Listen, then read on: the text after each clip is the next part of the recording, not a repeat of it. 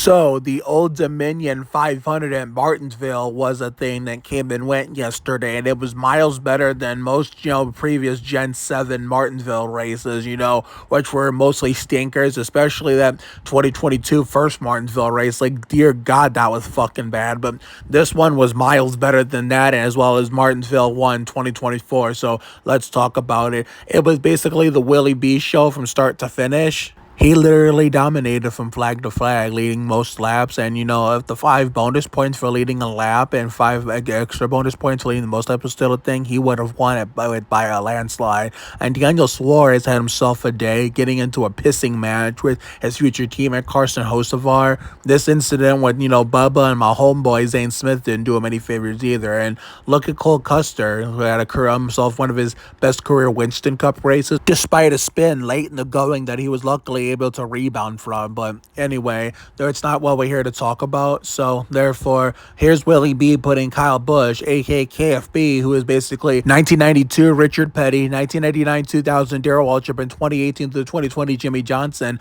a lap down. And Ryan Blaney, he and Willie B were the two dominant cars of the day and were the cars to beat in yesterday's Old Dominion 500. But Ryan Blaney did not win any of the stages, as that 24 car that Jeff Gordon made famous took stage 1 and 2, and then 3 to ultimately claim the victory, and which makes stage 3 matter the most in all 35 Winston Cup races, except for the Coke 600, which has 4 stages, with the 4th stage that matters the most. And Carson Hocevar, man, he was a wrecking ball. And, considering, I guess it was the field's, end of season payback for all the times, he did them dirty and wrecked them and or put them in a wall. So I guess you could say it's well-deserved karma, even though I'm not a Carson Hocevar hater by any means. But I understand why most people don't like him, and rightfully so, dating back to his days in the Craftsman Truck Series. But that pissing match between him and the Suarez future teammates was hilarious, considering it's going to be an awkward-ass Christmas party. And here's the spin by Custer I was talking about that he was able to recover from very, very nicely.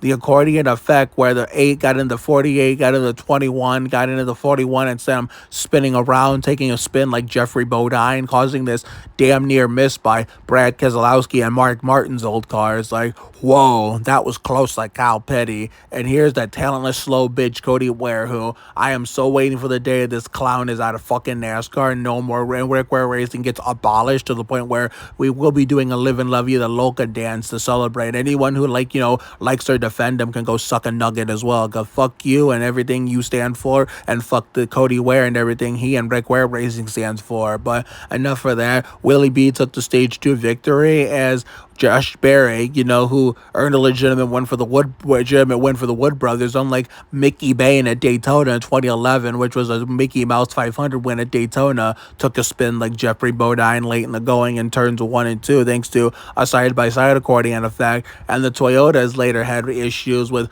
of course, my homeboy Riley blowing engine electrical issue.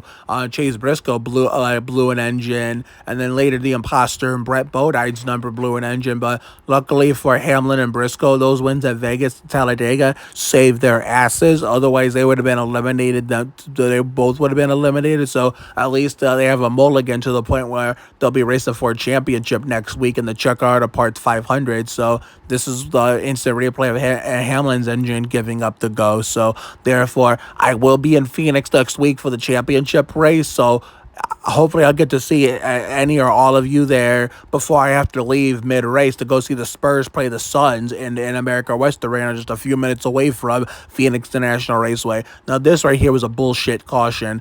I get why NASCAR threw it, and why, and everything, but he got going in a really timely manner, and nobody, really hit him or came close to hitting him, and he got it going really fast. It's like they got too tail happy on the button and with an immediate flag. I bet you if it was a heavyweight named driver that had done that, they would have just kept the green out no matter what. But, NASCAR picks and chooses when the rules count or when they don't count. But luckily they didn't throw a caution for him here when his front, suspension broke, because he was able to get out of harm's way in a timely manner, because I guess NASCAR learned from that fuck up that, getting tail happy with the caution light button and just let it play out naturally. There was no manufactured bullshit or, artificial drama or any controversy or stupid BS that happened. It was all organic, natural, clean, and green racing in Martinsville. And this is the winning move by William Byron and the 24 crew doing the bump and run on Dave Blaney, which was Jeff Gordon's old car versus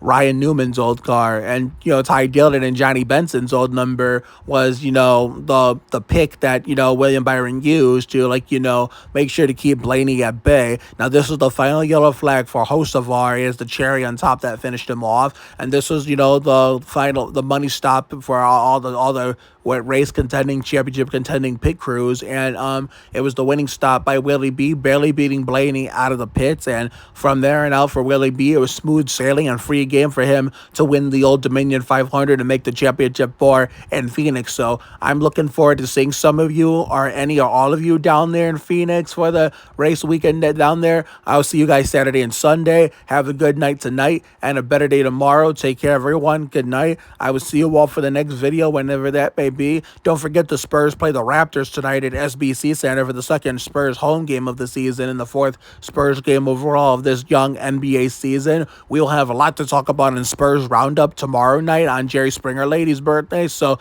therefore, I will recap, the last two Spurs games and preview the one I will be going to in Phoenix next Sunday. So catch you guys then. See you later, everyone.